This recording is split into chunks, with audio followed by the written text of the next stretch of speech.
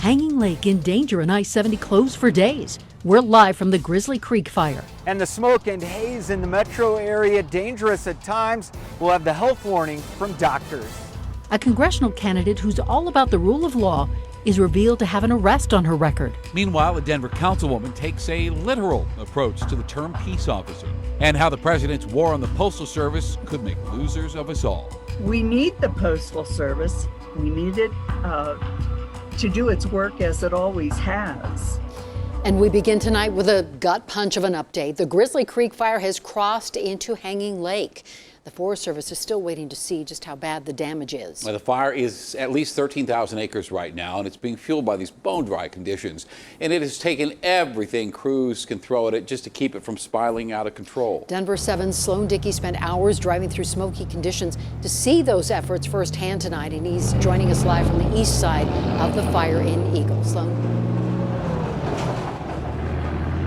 Yeah, we're just past the Eagle Airport, and it was a smoky drive all the way from Denver here to just past Eagle. And I-70 is closed right now past this point to Glenwood Springs because the Grizzly Creek fire continues to burn. It's grown to more than 13,400 acres as of now, nearly doubling in size over the past 24 hours. Officials say super dry and windy conditions have fueled its growth. Now, evacuation orders are in effect for two neighborhoods, the Coulter Creek Estates and Buck Point Drive. There are also several evacuation watches in effect right now. Now, one area that people are particularly concerned about is Hanging Lake. That area was in flames over the past few days, and officials say they can't get to the area just yet until the smoke that you see behind me clears out so they can get a reading of the area. But for now, those flames remain minimally contained as fire officials tell people in this area to stay alert.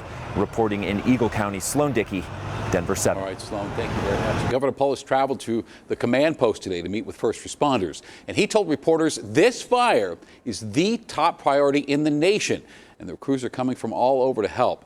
So as for I-70, the governor says we're looking at another 2, maybe 3 days before traffic is moving again. Until then, it's best just to keep clear.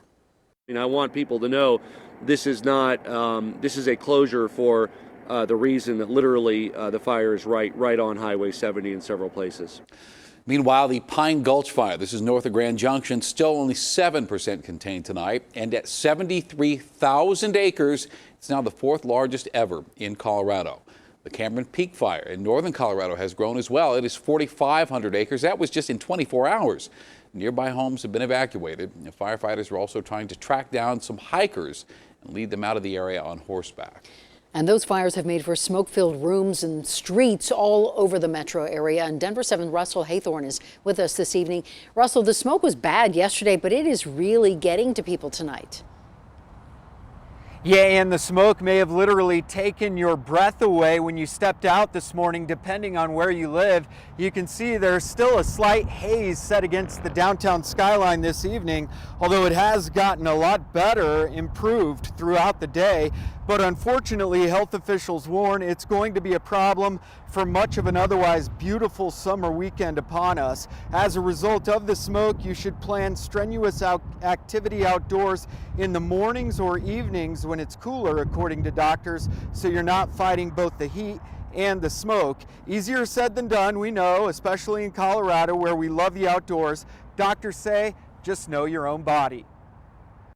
If you have underlying lung disease, be particularly aware. I would worry about that because I teach from kids to adults and seniors. My eyes have been red and itchy for the past 2 or 3 days.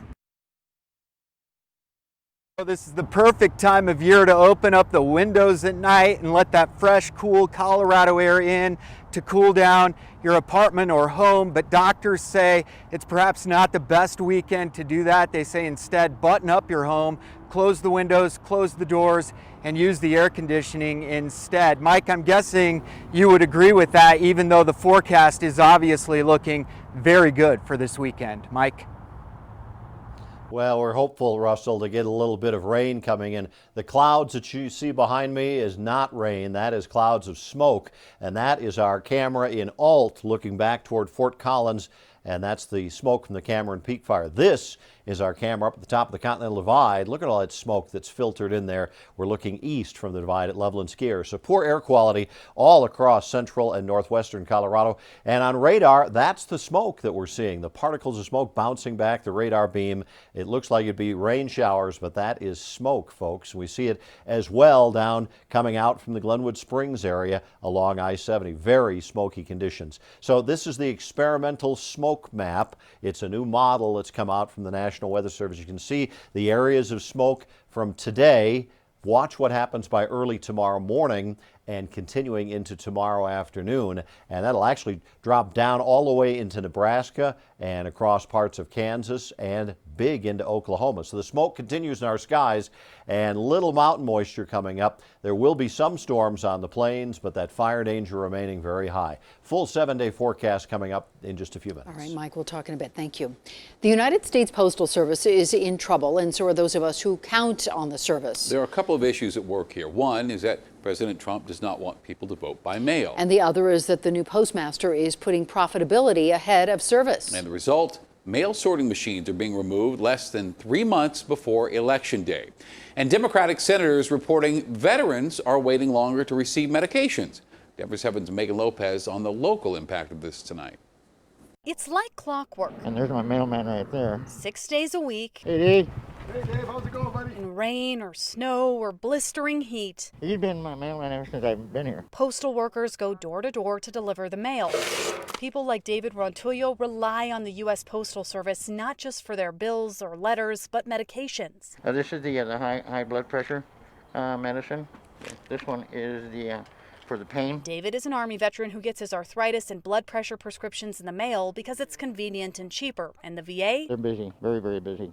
It's a big medical center, and so they treat a lot of veterans there, and so it's packed. Each month, David's medications are like clockwork. I'll get them within 3 or 4 days. But this week, President Trump announced he may withhold COVID-19 funding from the Postal Service over disagreements about mail-in voting, a threat the president walked back slightly on Friday. Would you be willing to accept the $25 billion for the Postal Service, including the $3.5 billion to Sure, if they give us what we want. But a letter signed by 31 U.S. senators said changes to the Postal Service by the Trump administration are already causing mail backlogs, including medications. This is kind of a specialized inhaler. This month will be the first time Rita Fitzpatrick relies on the post office for her prescription. With this inhaler, it's already marked down in the red zone, which means I doubt that I have more than a week's supply. She's nervous about when it will arrive. If I can't get the inhaler in, within the week and 2 weeks maybe at most, yeah, it is going to affect the way I breathe. With all of the impacts COVID-19 has caused, and now with the standoff over funding, Rita and David just want lawmakers to know. We've got to be able to depend on the Postal Service. And mail delays can disrupt that clockwork they're relying on. Megan Lopez, Denver7.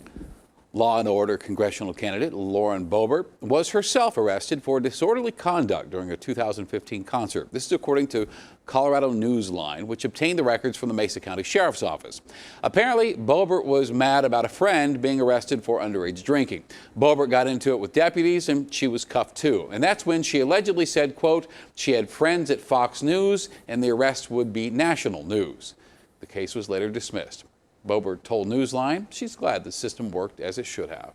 Denver City Councilwoman Candy Sedebaca wants to replace the police department with a so-called peace force. That peace force would involve stripping most officers of their weapons and their ability to make arrests. Law enforcement would instead take what Sedebaca describes as a holistic approach to managing problems. And if council approves, and that is a very big if, this would go before voters in November. The woman who gave birth in a Denver jail cell has reached a $500,000 settlement with the city and with Denver Health.